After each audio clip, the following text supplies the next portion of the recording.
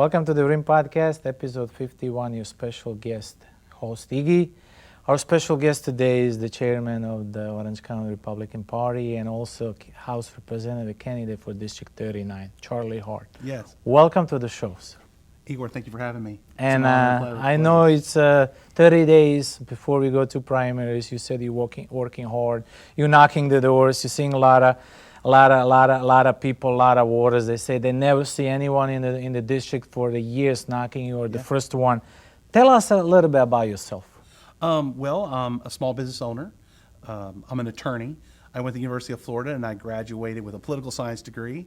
And then I went to the University of South Florida and I graduated with an accounting degree and then also a master's in accounting. And I also have a Juris Doctorate from the University of Florida as well. I was a prosecutor in Seminole County, Florida. I'm chairman of the Orange County Republican Party. I've been the chairman there for 4.25 years. I was in charge of the 2018 recount, protecting our election. The first time the Democrats were trying to steal it from the Republicans and Governor DeSantis. And, basically I'm a believer that we need less government and more freedom. Beautiful. So now, you being a chairman, you saw everything. Now, why did you decide to run to become state representative, especially District 39? What's so specific about District 39? Well, I felt a special kinship with the people of Apopka. I went through a divorce, and, it broke my heart. And the people of Apopka welcomed me into their homes. They welcomed me into their city. They treated me as family. And they healed me. So I feel a special kinship with the people in Apopka. And look, I feel a special kinship with everybody in District 39, don't get me wrong. But, Apopka is one of the cities there, and I feel like I'm one of them. And they were kind to me when, the world was being, totally against me. So, I love them for that, and I want to protect their interests every day in Tallahassee. And there's a lot of experience in that district that you personally attain and retain during the time. Yeah. Now, and if I can just say this go too, ahead, is look, please. Also too is look, that's like the personal reason. The reason that I'm running is because I looked at the field of candidates, and I didn't see a candidate that embodied the conservative ideal, that didn't, that truly walked the walk. And will fight for people and fight for Governor DeSantis and his version and vision for Florida. Not this version of some Andrew Gillum-esque socialist world or some vision of, AOC or Joe Biden where, we're under the boot of the federal government. So I want to go to Tallahassee and I want to fight alongside our governor for Florida freedom. And you want to represent the people of your district. Yeah, of course. If there is in particular in District 39, if there is three major issues that you want to bring it up once you get elected, what are the three issues that you mostly concerned in the District 39? Well, I think the first one, the one that, and again, I knock doors every day and I Okay. talk to voters every day. And Igor, the number one thing people talk to me about is the economy. Okay. And they worry about, it's breaking my heart. I've talked to folks, I've talked to seniors, and they tell me that, hey, we used to have our grandbabies over every weekend. And now we would always take them to the store and we'd buy them a toy, or we'd take the whole family out and we'd eat dinner. And now we're not doing that. We're staying in. We're doing a lot of pool parties because, the pool is free and it's in the backyard. Yep. But and the grandbabies don't know, but they know, and it breaks their heart because it's diminishing their lifestyle, and it's inflation. It's what's been directly caused by the leadership, the failed leadership, or lack of leadership of Joe Biden. And the issue is this, is that they're feeling it. They're feeling it at the gas pump. They're feeling it in the rising prices at the grocery store. A normal family used to spend $100 at Publix. Now they're spending almost $200. People are buying stuff. For example, someone showed me the other day, they bought a gallon of bleach because they needed for their clothes, right, for their whites. They showed me where it used to be a gallon. Now it's like 3/4 of a gallon. Wow. And this has been what's going on since, Joe Biden and his failed leadership's got into Washington, D.C. And so it's just heartbreaking. So you hear that. Another issue people are really concerned with is the border. They're worried about what's going on at the border and how Joe Biden has basically just opened up the U.S. border to anybody wanting to walk across with fentanyl. They're worried about it. The other issue that people are worried about is CRT in our schools. They're scared, and parents would like to have the opportunity to be involved in their children's education. And if puppy dogs and kittens are raised by their parents and are taught skills by, mama cat and daddy dog, well, I don't think it's much to ask for a human being to have a little bit of say over what their children are being taught in schools. And I would say a lot of say. I mean, if we're going to expect parents to be responsible and step up to the plate, I think that certainly it's not a lot to ask of some government bureaucrat to let their parents know what their kids are being taught. And I know there's other well-qualified candidates, but can you separate yourself or distinguish yourselves and tell us a little bit more why you are most qualified candidate over other well-qualified candidates? Well, because I'll tell you what, I have a record, and I would say a record. I'm a first-time candidate. I've never been elected before. But all through my life, you can constantly go back and point to an example of how I've always fought for a conservative candidate. I've always fought for America. I'm a I'm a pro-America, America First candidate. Time and time again, you hear people say that. It's very easy to say, well, I love America. I'm pro-American. I'm pro-American business. I'm pro-American people. But you never, ever, ever see people actually truly walk the walk. A lot of these folks will just say those words and they move on. Constantly throughout my life, I have always been America first, and that's the first reason. The second reason I would just say is this: is you can see by my dedication out there in the field. I knock doors every day. In fact, if you haven't met me yet, you probably will. I go, I knock doors, I plant yard signs myself. If you see a yard sign in someone's yard, the person that probably put it there is Charles Hart after talking to the family that lived in that house. And that's the thing. I want to have a representative, and this is the reason why, another reason I decided to run. I would like to have a representative in Tallahassee that I feel like is responsible to me. And that's what I'm going to bring to the table for everybody in District 39. I'm going to be a representative they can count on.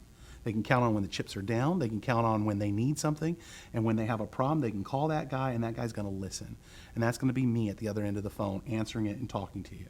Okay. Do you think our current elected political representative, House Representative District 39, are successful with their agenda? If not, what would you do differently when you start to representing them in the House Representative in the state of Florida? You ask a really interesting question, and it goes like this.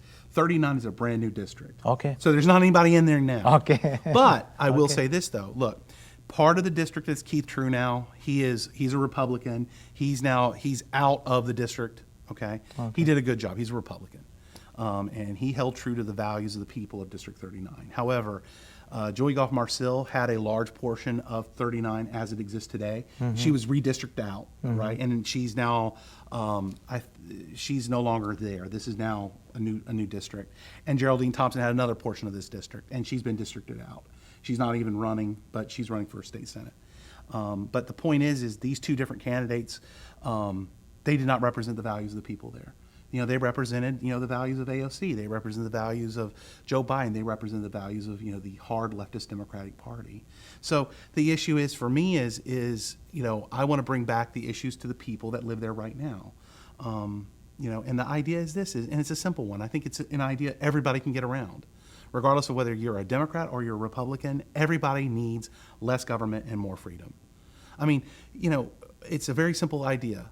People can manage themselves. Yes. Not a bureaucrat in Tallahassee, not a bureaucrat in Washington, D.C. Now, I know that I'm going to Tallahassee, but I'm going to certainly, every single time I see a federal law come down, I'm going to think that to myself too, is because really, do we need this much government? And I would always say we need more freedom. Yes, we need more freedom. God bless you for that.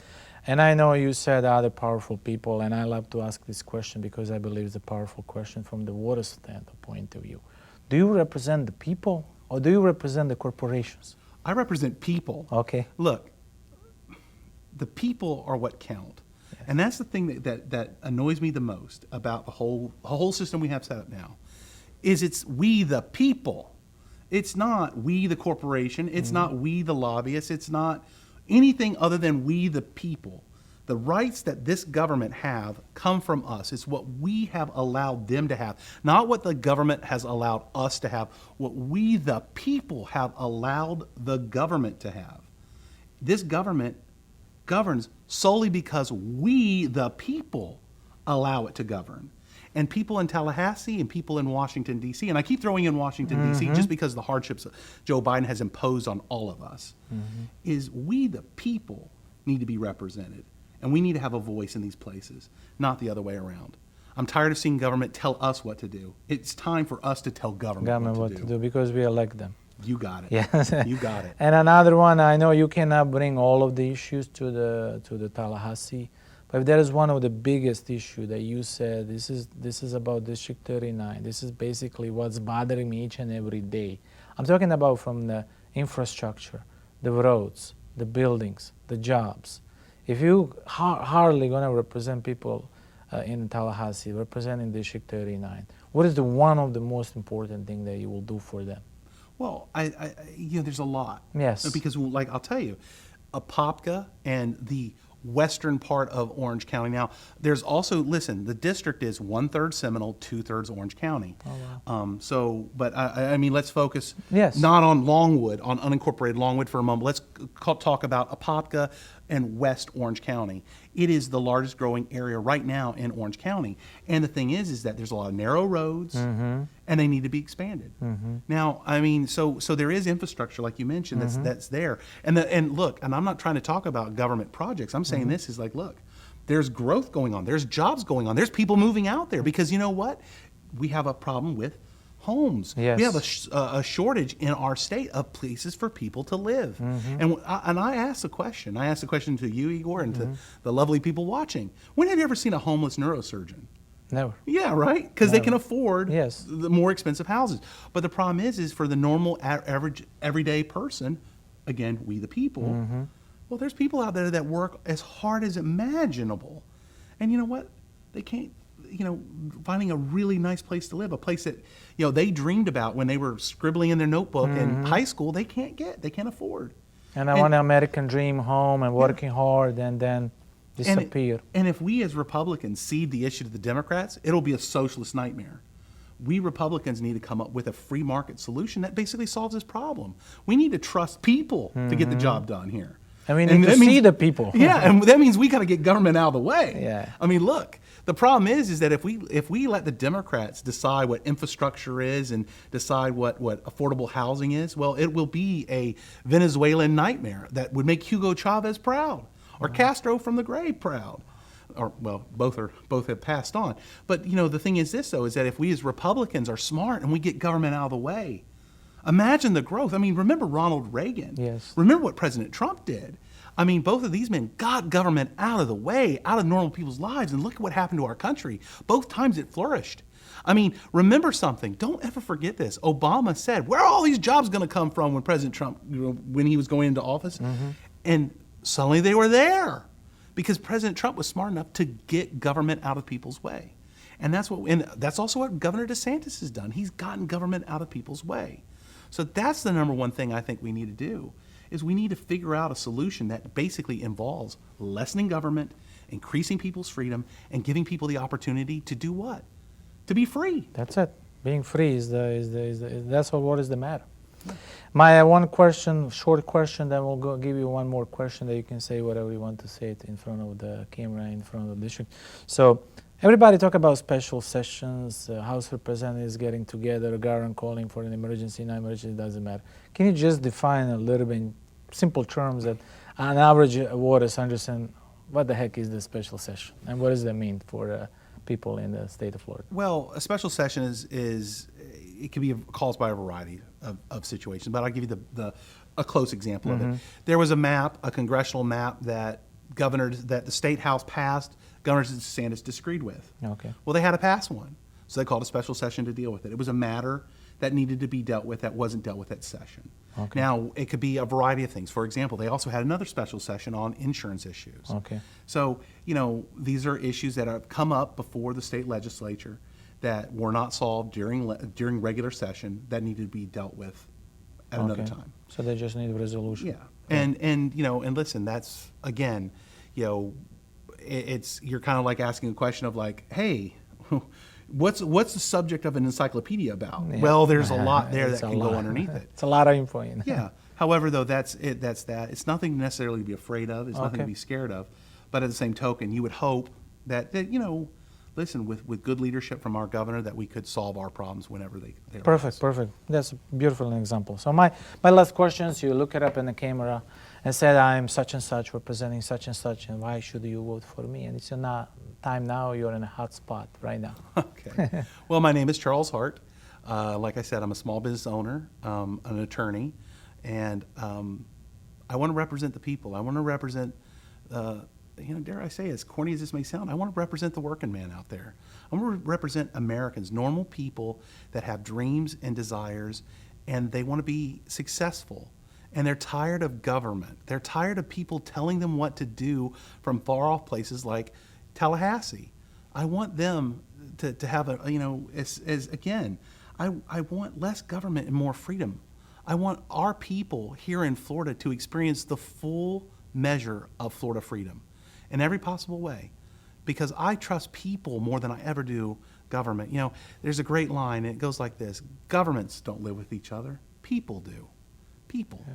And I want to represent the people, and I want to be their voice in Tallahassee, and I want to go up there, and I want less government, and I want more freedom. And I'm the candidate in this race that is the true conservative, and I won't just talk the talk. I'll walk the walk, and I'll fight for you every single day in Tallahassee, and I won't forget you, and I won't leave you behind. And when you call me, I'll listen, because you know what? I got 2 ears and 1 mouth, so I need to listen a lot more than I talk, and I love talking. So imagine what I like about listening. I really love listening. So God bless you all, and I hope you'll vote for me, Charles Hart, for Florida House of Representatives, District 39. Thank you. And this is the episode 51, your special host, Iggy. And our special guest is Charlie Hart, representative, House Representative for District 39. Thank you so much for coming and sharing your experience. We wish you best of the luck and looking forward to seeing you after the primaries. Thank you. God bless you and for your hard work. Thank you. We'll share, like, and we'll give all of the information of our candidates. Thank you.